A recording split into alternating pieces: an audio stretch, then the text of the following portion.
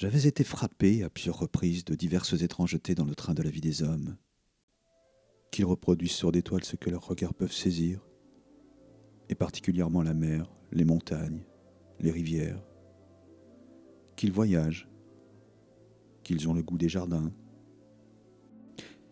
Je sentais qu'un seul mot devait unir ces passions disparates, et je le cherchais, ou plutôt, je le trouvais. C'est qu'ils éprouvent un sentiment confus à ces occupations, et commun à elles toutes, analogue à cette inquiétude que j'avais, les voyant agir, et qu'ils nomment le sentiment de la nature. Je ne m'étais pas demandé si je possédais ce sentiment. J'interrogeais sur lui plusieurs personnes qui étaient connues pour l'avoir et y exceller. Je m'aperçus assez rapidement qu'elles n'avaient de la nature qu'une connaissance vulgaire et qui ne me satisfaisait guère, qu'elle n'était spécialisée que dans le sentiment et tout ignorante de son objet. J'examinais donc seul l'idée de nature.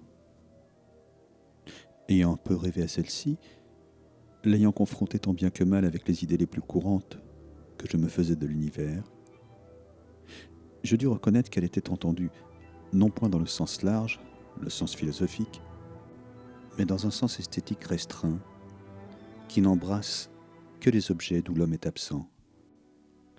Acception ancienne d'un mot qui nous vient de ce temps que l'œuvre humaine était réputée laide et répudiée par son père et opposée par lui à une œuvre divine distincte à laquelle il ne se croyait point de part.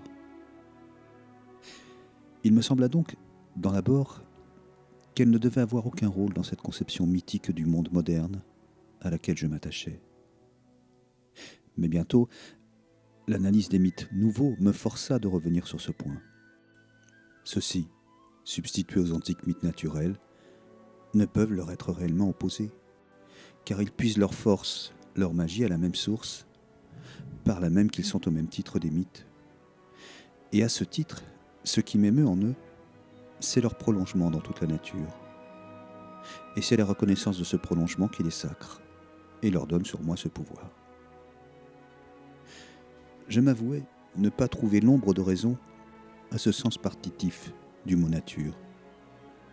Je ne l'employais plus que pour signifier d'un coup le monde extérieur. Et cela convenait mieux à la représentation que j'en avais, qui en fait une seule construction de mon esprit, en tant que limite de cet esprit. Limite que je crois faussement découvrir par un mécanisme qui est justement celui de la conscience.